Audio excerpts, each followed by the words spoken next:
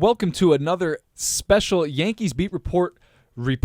Sure. With myself, Will Tallant, Brian Rabacs, and Lou Orlando, the three New York Yankees beat reporters for WFUV Sports. And we're here to unpack the first half of baseball done. The Yankees finish the first half going into the All-Star break at 49-42.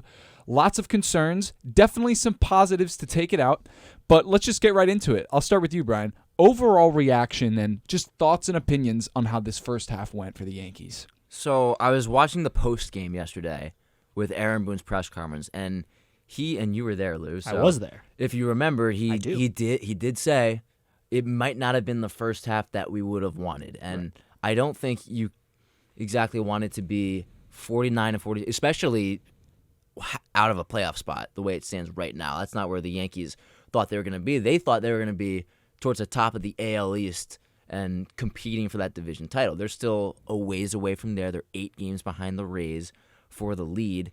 But I think it's crazy. You look at some of the games this season, some of the really tough stretches that they've been on, and the offense has been so bad at times. I think it's kind of crazy that they're 49-42. Like, it's miraculous that they've looked so bad at times this year and still have a pretty solid record. So the way I stand, they need to get better, obviously, but they have not dug themselves a hole to the point where they can possibly climb themselves out of this if they improve and make some necessary changes that may happen. We continue to say this. The record doesn't make sense, but that's fine. You're in this situation where the record's the record. You know, Cuddy asked Boone, how do you assess this first half? And he said, we haven't dug ourselves a hole. We're in position to go do something special and reach all our goals. As bad as you can feel about this team at times, and as bad as some of the losses feel, that's true. And like, if they had won yesterday and Tampa had lost, because remember Tampa was on a 7-game losing streak, they would have been in 6 games of first place. Like, I know they're down 8 now, and that's a much different feel, but it's like they are 1 run away and another Tampa slide away from still being in the conversation for first place in the AL East. And Tampa's one of the best teams in baseball. They've been the best team in baseball for a while now, where it's like the fact that they're still in this conversation, I think certainly in the playoff conversation, right? No, without a doubt. They have to be. Without a doubt. Still, I don't know that it's going to happen, but still in the conversation to win the AL East title, that's still in reach for them if they have a crazy turnaround. I think people are looking a lot into they're 1 game out of last place too. Well, it's the AL East. I mean, the AL East is a gauntlet. The Red Sox are 48-43. That's the last place team in the AL East, and every AL East team would be in first place in the AL Central, just to harp that point again. So I'm not looking into that, but I think the run differential, the Yankees are at plus 20, and then you look at some of the teams that have a better run differential. Their run differential is the worst in the American League East, so they're going to have to correct that and then hope that Judge comes back. That'll help. But the Twins have a better run differential than the New York Yankees. They're below 500. The Seattle Mariners, just a game over 500, plus 36 compared to the Yankees, plus 20. The Cubs, 5 games under the 500, who they just saw over the weekend, plus 26. Padres, plus 39. Giants, plus 31. So there's teams that really haven't been that good and have had disappointing years that are kind of outperforming the Yankees in some important categories. So it's just the Yankees do have a 49-42 record, and that looks pretty solid coming into the break. Could be a lot worse, but the thing you also have to wonder is, have they gotten lucky, and is it sustainable in the second half? I think it is sustainable, guys, because as you were saying, Lou, if we go back to this day in 2022, the New York Yankees had a 15.5-game lead in first place of the American League East. They're only 8 games back.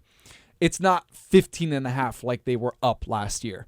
This is definitely a very reachable place to be. Do I think it's going to happen? Not necessarily. I do not think they're out of any race to begin with at all. That's number one. If you're playing like the Yankees have been playing so far this year, are you disappointed as a fan? For sure. Are you disappointed as a member of the team? Probably. You probably had higher expectations for yourself. But the fact that you are still in it. Let's just look at the Mets for a second. They have done a lot of work so far in the beginning of July, a little bit at end of June, to get to just 6 games under 500. They were 11 games under 500 at one point. Talk about digging yourself a hole. Yeah, so they are climbing back up. and they're 6 games under 500. The Yankees are 7 over. So is there some concern? Absolutely. This team really should be playing a lot better than they have been. When you're without your captain and your $40 million man, Aaron Judge, that hurts you a lot, as we've seen. They weren't stellar with him. They were definitely a lot better with him, though. Definitely something to keep an eye on, and an interesting you could say deadline coming up. We won't get into it specifically just yet because it's still just 3 weeks away, but a very interesting trade deadline coming up for the Yankees. I do not see them as sellers. I think they go for it just based on the fact that they are just a 1 game out of a wild card spot. That can change and has changed multiple times this year on the drop of a dime. So the Yankees are full throttle now. They make a change, as we were saying in our previous update, in the hitting coach department. Dylan Lawson out, Sean Casey in. As we were saying in that last video there, is it a huge change that's going to just absolutely change how this season is going? Probably not, but it's something. It's something for fans to look at and say, okay, are they panicking? Are they going for it with this change? We'll see. The teams ahead of them, the Orioles, the Astros, and the Blue Jays. The Orioles are the only one to me. They're 54-35. Still very reachable. The way that they played against the Orioles just a couple weeks ago, not less than that, I was encouraged. Did they sell a little bit on those last 2 games? Yes. Definitely. The last one for sure. Definitely. But I didn't leave that series not confident in their ability to play against the teams in their division. I'll throw this to you. I think the last time I checked, the Yankees had the 4th best record against teams above 500. So I think it tells you 2 things. First of all, it's that when they face teams that have been good, they've actually done a pretty good job. I think it also shows you how bad they've been against teams below 500. Yeah. Well, but You think back to squandering an Oakland series, right? Losing a series to St. Louis, losing a series to Chicago, right? Those are the losses and the series that stick out more than the bright spots of playing very well both times against Baltimore, playing fairly well against Tampa Bay, playing well against Toronto when they've had to play them. I think the Boston series Boston's hurt a lot, right? mark. The Yeah, Boston was the one definitely. where it's like, I mean, they ran into them when they were really in a bad way, but that series leaves a poor taste in your mouth. But for the most part, the Yankees have been pretty good against the good teams that they've had to play, right? They haven't been able to win the games that they should win, right? Because they're the better team. And I don't know if that gives you optimism or not, because you like to think that good teams beat the teams they should beat. Right, and you mentioned the Oakland series. You had the game mixed in there where you had the perfect game, and they had the big win on the 3rd game. But the first game they lost 2-1, and that's kind of the thing that I was concerned with when Judge got hurt. This team, they could become pretty inconsistent without that guy in their lineup, and that's kind of what we're seeing. But you mentioned the offense hasn't been great at times, but I think for the most part, the pitching on this team has been spectacular. We found out a little while ago that Garrett Cole is starting the All-Star game. He's having what looks to be his best season as a Yankee up until this point, and then you look through the rest of that rotation, you just got Carlos Rodon back. That's huge. He pitched Friday night, and he looked pretty good doing it. So they're just going to need to put him out there a few more times and then just see improvement.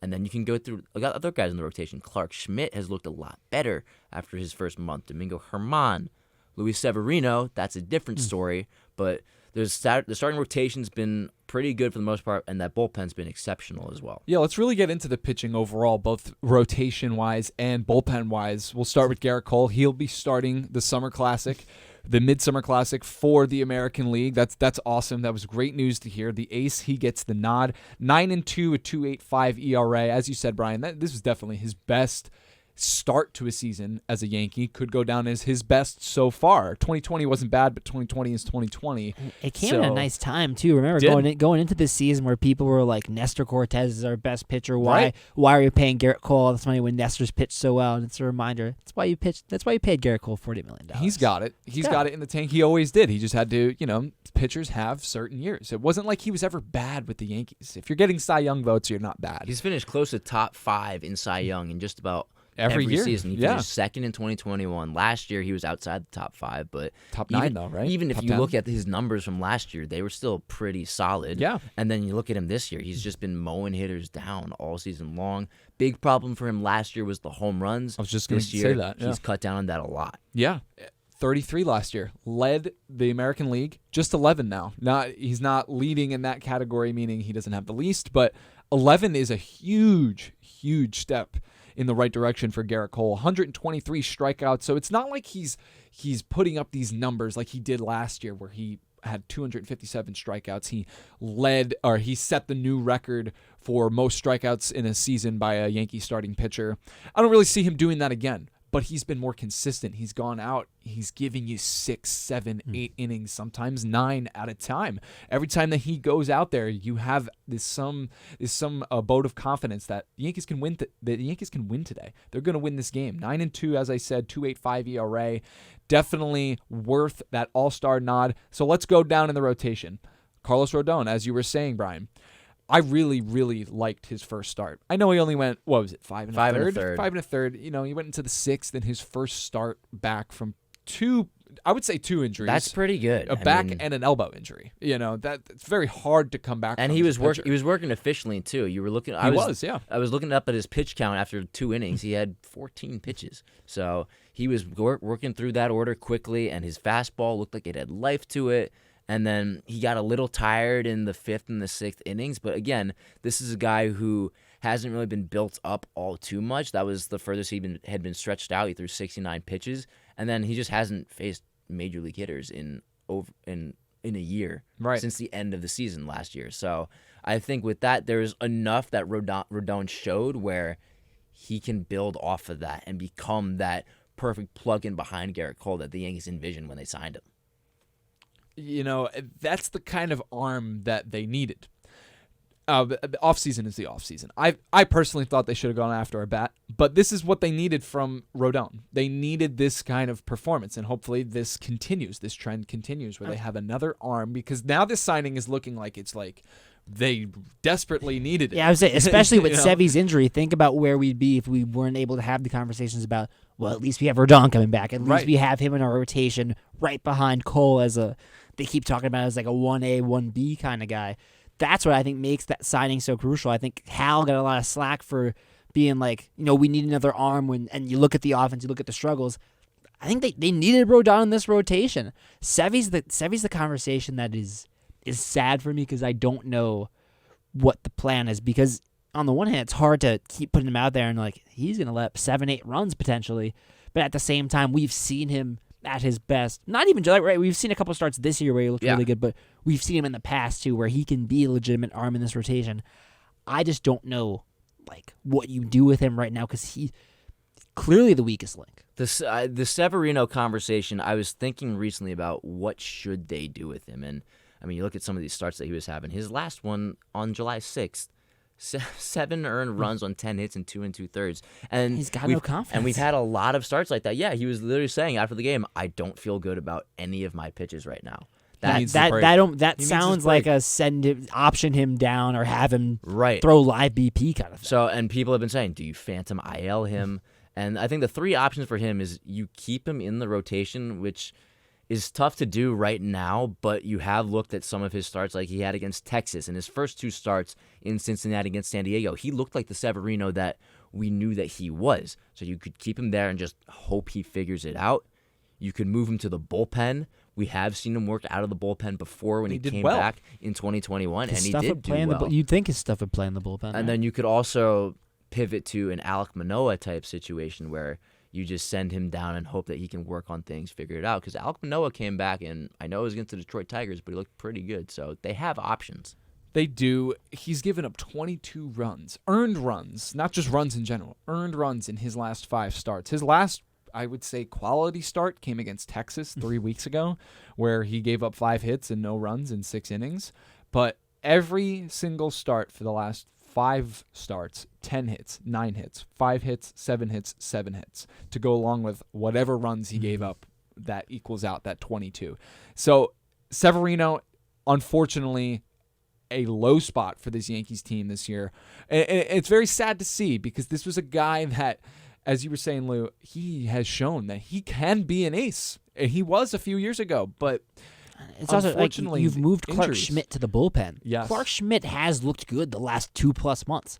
Like, he's become a reliable starting pitcher. I don't know if he's a guy that you wanted in your rotation long term, but considering you probably wouldn't even do a 5-man rotation come playoff time and be 3-4 guys, like, kind of tough to say, like, yeah, we're going to go with Sevy over Schmidt in the rotation when Sevy's starts have looked as poorly as they've been. And Clark, it's tough to complain about what Clark's giving you out of the rotation. You can't. I mean, his first month he looked like somebody that did not belong in the rotation. He was getting crushed by lefties early on. Since then, he's been on a good pace, and he's been throwing the ball a lot better. And, I mean, he's slated to start Saturday after the All-Star break, so they just keep throwing him out there. And Clark Schmidt's done a good job, and then you look at Domingo Germán. There's been a lot of inconsistency there, but he's also thrown well. So there's good in this rotation as well. And then you also have to look at that bullpen and say that, wow, they have something because it's the best bullpen in baseball, top bullpen ERA in the league. Crazy they don't have an all-star representative from that bullpen that stellar, but the bullpen, it seems that more often than not, whenever you just give them the ball, they'll get the job done. See, now I've seen that a lot on Twitter, on Instagram, whatever it is about the Yankees bullpen, and I think we've pretty much covered the rotation from here on out. So let's really get into the brightest spot on this Yankees team, which has been the bullpen this whole season. I've seen that take a lot, where people are surprised that there isn't a representative from this bullpen. Now, I just have a question for that. Who are you sending just one person from that bullpen to Seattle? Clay Holmes. In my opinion, there wasn't a singular person who was an all-star caliber pitcher. It was this collective effort that has made the bullpen what it is. I'm kind of with Will. I think you could have made a case for someone to. I think Clay would have been the top option to make a case for, but knowing the way that the All-Star game does bullpen, where you only have 4 guys that usually prioritize closers, and you look at the guys that they chose, right? Clase, the 2 guys from Baltimore, Bautista and Cano. You can make a case for him over Clase. It's tough, man. I'm not heartbroken over it. I mean, part of it is like I kind of like I don't really like. I'd rather them rest. They've been used so much, but I don't know. I think I know the way that the All-Star game does bullpens, where it's so hard to get a reliever into the All-Star game that I think the emphasis is more. It's not been 1 or 2 guys. It's been a collective effort, and that's what makes you confident. Is that now? I will say, I'm starting to get a little worried about the bullpens. I don't know if they can keep it up. And we've started to see the last few weeks where they've turned to the bullpen. The bullpen's had some real shaky outings. Obviously, the Chicago game, Marinacio's had a couple of shaky outings now. Yeah. I don't know if they'll be able to stay as lights out as they've been. I think what helps them is that you have so many arms that you can rely on, where you can go through struggles with Marinaccio, and you can still turn to guys like Canley and Clay. It's awesome that it seems like Clay's found his groove. You feel like Canley's in a really good spot. Wandy's been good this year, where it's like you can get by 1 or 2 guys having struggles because you have so many arms in this bullpen. But I don't know if they're going to be able to be the best bullpen in the league the second half of the year. That's a really huge ask. I think they'll still be top 5. It's a huge ask, but I mean, they've done a great job. I mean, you mentioned a couple of names. Tommy Canley has been awesome this season. 15 1/3 innings pitched, 0 earned runs. So he's been getting guys out. His changeup, that's the pitch that everyone's always talked about with him. That's been effective. And then you look at Clay Holmes, and we were talking about him. Even if he isn't going to Seattle in the All-Star game, just look at what he's done since the start of May. So May 1st was the blow-up game where Domingo Germán got taken out, Clay Holmes went in, and then gave up 3 runs. Well, since then, he's pitched to a 1.01 ERA and really is looking like the Clay Holmes that we saw last year, who was dominating. So those 2 are the guys that I really wanted to highlight. Now, you do have guys like Marinaccio who have been on and off. Nick Ramirez has come in recent spots and has kind of faltered a little bit. Yeah, it's but, like you're not relying on him. I'm not looking at Nick Ramirez as Right. a guy that if he struggles, that's something that doesn't really matter to me. It's when I see Marinaccio struggle, when I see Ian Hamilton come into a game as the first guy out of the bullpen and struggle. And Ian Hamilton's been awesome this year, but maybe it's because the Sunday's game is still fresh in my mind, where you turn it over to the bullpen with a 4-1 lead and Well, 3 innings. Sunday's innings to game go. also, they didn't get help from their defense either. I know they didn't, but Marinaccio didn't get an out in the 8th inning. Yeah. He loaded the bases, right? Ian Hamilton struggled even with some of the defensive errors, and this is not the first time that the Yankees have turned it over to their bullpen, and the bullpen has collapsed a little bit in the last week, where it's like, listen, it's tough to rely on the bullpen to be the best in baseball the entire season. I think, you can look at the decision to pull Domingo Germán and say, yeah, 74 pitches, you'd like him to go. You'd also like to think that the best bullpen in baseball would be able to hold on to that lead. Right, and they could have. I mean, you had Hamilton get a fly ball and then a double play ball to second. So it's a good quote from Boone, too, where it's like, listen, Hamilton got the pop-up and the double play ball, and then we're turning it over to Canley and Clay. I mean, And that how sounds much- like a good game plan, does It it is. not? It is. And then you have guys in the late innings that you can easily turn the ball to. So like Canley, Peralta, and Clay Holmes. See, That's a great back end of the bullpen. But what happens if Hamilton regresses, if Marinaccio regresses, where you'd still have good arms in the bullpen? Listen, But is it lights out? the Yankees have shown recently, and the trade deadline's coming up, but they have shown that if they need to add, they will. Would they have enough time to add to assess the bullpen and add a piece? I think Because that the they bullpen's can been add so one. good. Or they go out and add a give bullpen? give them one arm. Like last year, they go out and they get a guy like Scott Efros. Now, oh man, I really wish if he was back, that would be such a nice arm to have. But and a guy like Lou Trevino too, another guy. Wish that they were on the team because it would help out with this situation. I think a lot of this, what you're saying, Lou, about them being able to stay this consistent, that has a lot to do with the starting pitching. If you're starting pitching in April and in May, not so much April. April's a little different story. In May and then a little bit of June, if they can start stretching you out to 6-7 innings instead of 5 or 6 innings, then you don't have this conversation. Unfortunately for the Yankees, their starters have gotten hurt, so they've relied heavily on their bullpen. And that is what hurts teams down the stretch. When you have to continuously get wins using 3-4 different relievers each day because the starter couldn't go over 5 innings. That starts in the beginning of the season. Now that it's too late for that now. You have to keep rolling with what you got. Another guy I want to point out that we hadn't mentioned once yet, Mike King. Yeah. I mean, he's been great too. How did we not mention Mike King? He has Oh. been. There's so many they're arms. so deep. Loizac is hurt. He's going to come back and he's be in this throwing bullpen. too. I heard that he's throwing. That's a a couple days ago huge he guy started to get throwing. back, man. Yeah, a big out-getter, a big strike thrower. Another arm that they could add to that pen again to just bolster those innings eaters. I think the main takeaway is, even if this bullpen stops being statistically the best in baseball, that it's going to be fine because you have so many arms. Yeah, they'll keep you in games. They will keep you in games. Yesterday was the first time we really saw Tommy Kahnle, I don't even want to say implode, because that hit that Yan Gomes had was above the strike zone, and it was a kadunker to center field. And those runs got charged to Marinaccio. Exactly. So I really can't put any fault. I know Marinaccio he's been struggling, but another guy that I could just see him turning it around. He's got such great stuff. I'm looking at the game log now. He had a really long stretch where he just didn't allow a run. Yeah, he's got great stuff. So He didn't allow an earned run in all of June. See, there you go. I mean, listen, Athletes we go through spells at times. We He's talk just in one of those. roster construction and how the lineup may not be constructed that well, but I mean, look at the bullpen's Yankees. is Every constructed every single year, their bullpen is near the best in the league. They always find just really good pieces to plug into that bullpen. Ian Hamilton, who was talking about Ian Hamilton at the start of the year? Nobody. No one. They signed him randomly at the start of the year. He's been an important piece. And then Wandy Peralta was traded in 2021 and not expected to be. That trade was killed. They were like, why'd you give up Mike Right. Talkman? And then they got Wandy Peralta, and look at how it's worked out. Clay Holmes, you didn't really know what you were getting with him, and every year they just construct a really strong bullpen, and it's showing again this year as they've been one of the premier bullpens in the entire league. Now, I want to say this too about the trade deadline and kind of transition. Let's not go names just yet. I think names need to be held on to. Stay tuned for a future report. Yeah, stay tuned for that, because we'll definitely have that out. But let's just go position-wise. Where do they need improvement? I'll start.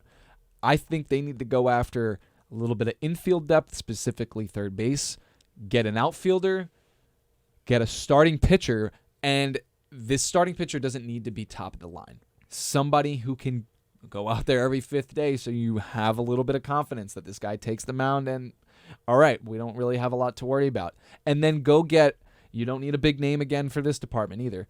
Get a lower-end relief pitcher that you can throw into this mix because another arm would really help this bullpen out in the second half. So here's what I'll say, starting pitching-wise. If you're going to go out and get a starting pitcher, get someone that you think can help you in the postseason. Yes. Because if you're just getting an arm to hold you over, call up Randy Vasquez. Call up someone from your minor league system. If you're just looking for someone to eat innings, don't give up assets for just a random arm that you don't plan on using in the postseason. If you think this rotation needs to get bolstered for the postseason, if you're even going to get there, then go out and make that move. But if you're just trying to eat innings, I would say look internally. I like bullpen. I think biggest thing is like left field. You have to figure out your left field situation, right? Still haven't done that. I think there is a world where when this team is fully healthy, if you want to talk yourself into DJ getting right, that you can make your infield DJ at third, Volpe at short, Glaber at second, Rizzo at first.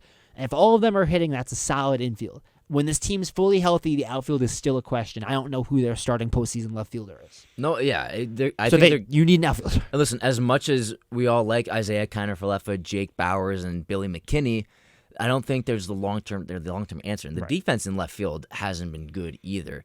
As of July 7th, negative 12 defensive runs saved, 28th in Major League Baseball. Negative 4 outs above average, 21st. And we've seen the defense kind of fall off a little bit in the past week or so, where Isaiah Kiner for left was missing balls out in left field. And if you have a strong, capable left fielder, you can easily prevent those from happening. And also, they need a bat. So if you look for an outfielder who can have some mobility and play left field and also provide a spark in that lineup, I think that's an area the Yankees really need to target, and it's one that I think that they will. Yeah, and I don't think they need to swing for the fences like going out in 2021 and getting the biggest name on the market for what they needed in Joey Gallo. I don't think they need to do that. I don't think they need to go out and get, at the time, a Sonny Gray, type of pitcher, like when they got him in 2017. I don't think you need guys of that magnitude. I think you need to be cautious of the situation with Aaron Judge and then maneuver your deadline with that knowledge. When is he coming back, and what are we going to need when he comes back? We had a conversation with the Mets about whether or not they should be buyers or sellers, because I think there is an interesting conversation there about if they could sell and that could better their franchise. I don't think that the Yankees can be sellers. Like, I'm not sure what I agree with that does for them. Like, I think no matter how you feel about this team, I think they need to be buyers, right? Is there any world where you, like, first off, who would they even sell off, let's say, quote unquote, they're still well in it too. Why would you sell? Even if you just had no confidence in this team, I don't know what selling does for them. So I think you have to buy. Right, and they have a good enough farm. They're not trying to retool their farm system. They have the prospects to come up. So that's the difference between the Yankees and the Mets. With the Mets, they could use some retooling in their farm system and bolster that a little bit. The Yankees are good in that part, but their major league roster needs to get better. And listen, they always say, the Yankees brass, you hear Hal Steinbrenner, you hear Brian Cashman say, when fully healthy, this is a championship-level operation. Well, if they believe that, then you're always going to be willing to add to it. And if you get the pieces that you need to add to it, then they can just bolster that claim. So I don't think that they're going to sell. Let me ask you this question at the All-Star break. Not will they. Can this team win the World Series in your heart of hearts? Right now. What do you think? You're right now. Just in general. Talk to me after the trade just in general. Does this team have the capability to win a World Series, to get to a World Series? Well, if they are in a playoff spot, there's always that chance. Yeah. But like we were saying more towards the beginning of the show, they played, with the exception of the Red Sox, in my opinion, they have played against their opponents in the American League East well. Why do I say that? Because you are going to have, at least 3, possibly, depending on where the Astros end up, 4 American League East teams in this playoff pool. You're going to have your Central representative and your West representative. Nobody is making the wild card out of the Central. The division winner is going to win the division. The West, it's going to come down to the Rangers and the Astros. In my eyes, I think the Astros are going to end up being 4 games up in that division by the middle of August. That's just how I see it. But then that leaves the Rangers, the Blue Jays, the Orioles, and you know what? I'll even throw the Red Sox in there. They're only 2 games back. So do I think they can win a World Series right now with what they have? Don't rule out Seattle or LA too. I think they're in striking distance. Okay, but Seattle. I understand why you didn't put them in there. LA, I'll rule out. Okay. Seattle, Okay. Awesome. LA, I'll rule out just because Not listening to you. they are the Angels. They are the Angels, man. They don't have it. They haven't had it. I have Chile. He's gone soon too. I could see it happening, man. We'll see. The Angels have they've just never had it. The Mariners, I'll keep a bid out for them because they're scrappy. Great They've pitching been staff, scrappy yeah. and an amazing pitching staff. One of the best. The Angels, like I said, they had it and then they don't have it, Sure. and then sometimes they have it Okay, and I then got it. they I don't really have it. No. But I think this American League playoff pool is beatable for the Yankees. I think that they can win games against them. It's just going to depend on what team shows up to play against these teams. So I was kind of saying when Lou initially posed the question, talk to me after the trade deadline. And that's kind of where it is because we've seen the Yankees really kind of just slump their way into the trade deadline like they did in 2021. And then they added valuable pieces that instantly 13 changed game win that team, streak. 13-game win streak. Boom. You talk about Joey Gallo and Anthony Rizzo. They knew that lineup was too right-handed. They fixed it. So when you look at this season, the trade deadline's always there, but I think the way that it's structured right now, I don't see this Yankees team as a World Series team. It's just hard. It's just hard to do it when you look at the lineup that they're putting out there, the production that the lineup's giving, and then you still don't know when or if Aaron Judge is even coming back. They're still very iffy on that. The way I'm doing this in my mind is, if you ask me, will they win a World Series? Right now, it's no, and I'm not really budging off that until I see otherwise. But can they? When I think, come postseason time, Everyone's healthy. Judge is back. For my purposes, if Judge comes back, I'm assuming majority health for this rotation. Because I think, listen, if Cole gets hurt, if Judge is hurt, then obviously it's a no. But we don't want to go into hypotheticals. Sure. Judge comes back. This team can beat a lot of the teams in the American League. I agree. Like this is where it's like, I don't know that there's that team in the American League that you're like terrified of. I think No one's jumping off the Tampa page. might be that team. They don't jump off Tampa the scares page you, to but me, I've though. also seen the Yankees play well against them. That's exactly what I was saying. Houston's Yeah. having a down year where it's like we also haven't seen them yet, but like I'm not terrified of Houston yet. I Right. saw Texas, and the Yankees won a series against Texas without Aaron Judge, so it's like maybe Baltimore scares me. But I've also seen the Yankees shape up pretty well against Baltimore too, where it's who in this American League am I absolutely terrified of? And they play against regardless Toronto of what the Yankees do at the deadline. If the Yankees get like if the Yankees get Judge back, forget healthy. If the Yankees get Aaron Judge back, that's kind of where I go, because in my mind, it's why am I going to get excited about the deadline if this team without any additions doesn't have the capability of contending for a World Series? Because if they don't have the capability of contending right now, then what addition is going to really put them over the line once they're healthy, right? So Yeah. Listen, for me, I think they need to be capable of going to a World Series for me to get excited about a deadline. And at least right now, I still have that inkling of hope that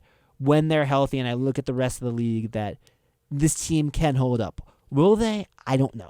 Probably not. For but the Yankees to get to the World Series, a lot would have to go right. You're banking on a lot of that. First of all, you're banking on Judge coming back, and then you're expecting Rizzo to pick it up. You're banking on Stanton to pick it up. Well, I mean, I do expect that. For Rizzo and Stanton, I do expect that. They're not this bad.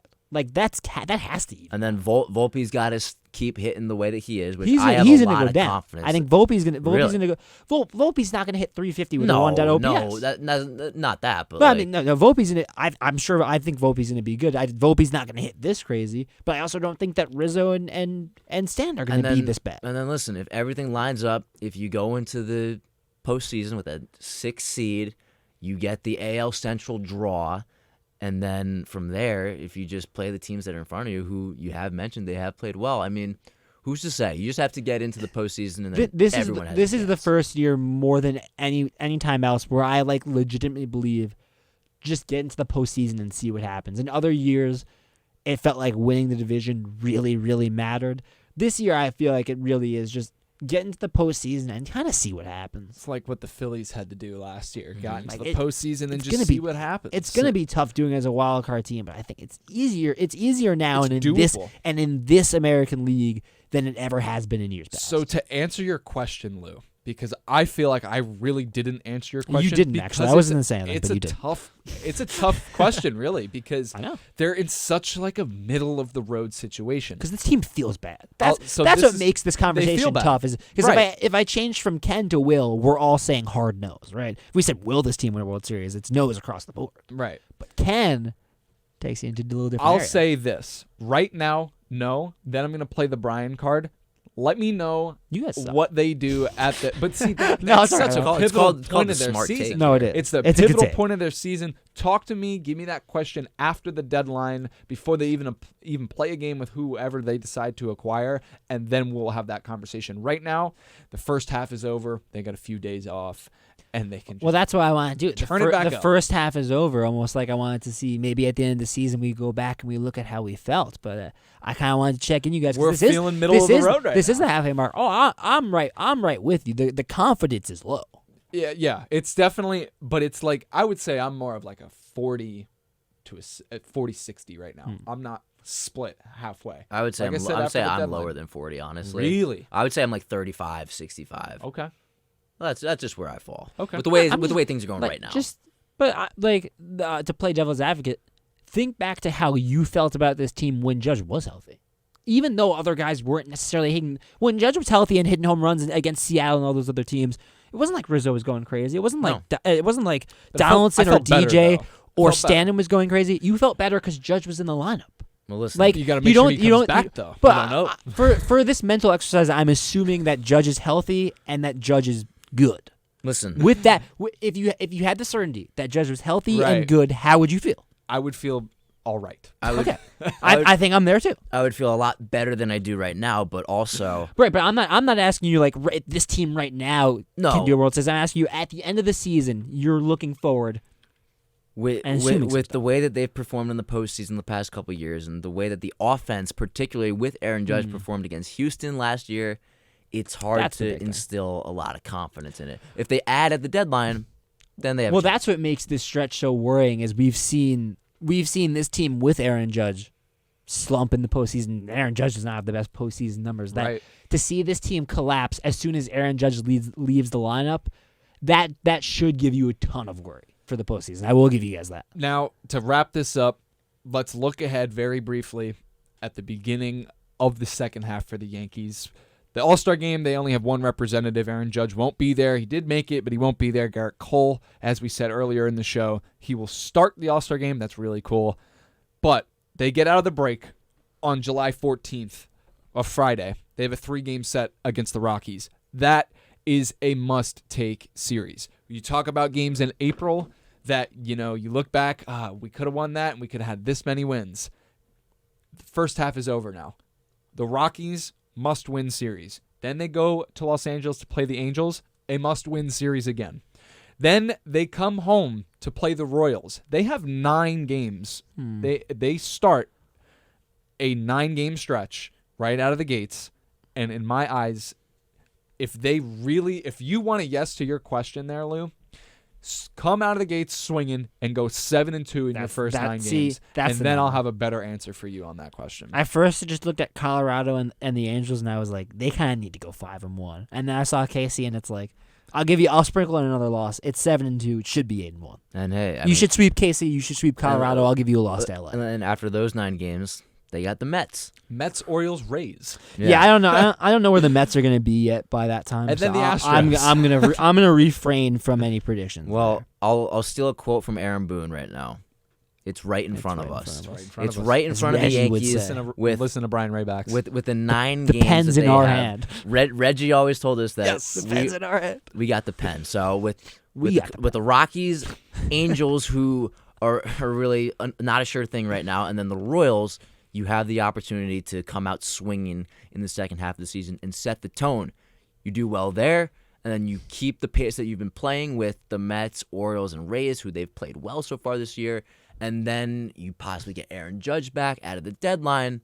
It could be a better second half, but it really starts with the 9 games coming out of the Man, break. if they go like 5-4 even, like that's gonna feel so That's bad. going to be That's tough. gonna be awful. That's going to be what we just got out of. You That's need to it. take It would these literally. It would days be a off and repeat just of. go. It would be a repeat of Oakland, St. Louis. Yeah, exactly. Oh man, that stretch. Man, was, they actually. that was bad. That's like that was a really bad way to end. they actually like really need to go 7-2. That's crazy. Yeah, and then as we said, you can't really say anything about the Mets, but it doesn't matter. It's the Mets, Yankees, Mets. It doesn't matter. No matter if one team is bad, one team is good. Yeah, or like they're that's both gonna good, be or they're both electric. bad. So it doesn't. It's gonna. It's a tensions different- are it's a going to be different high. thing. That's a series they got to take. They split in city. They got to take it at the stadium.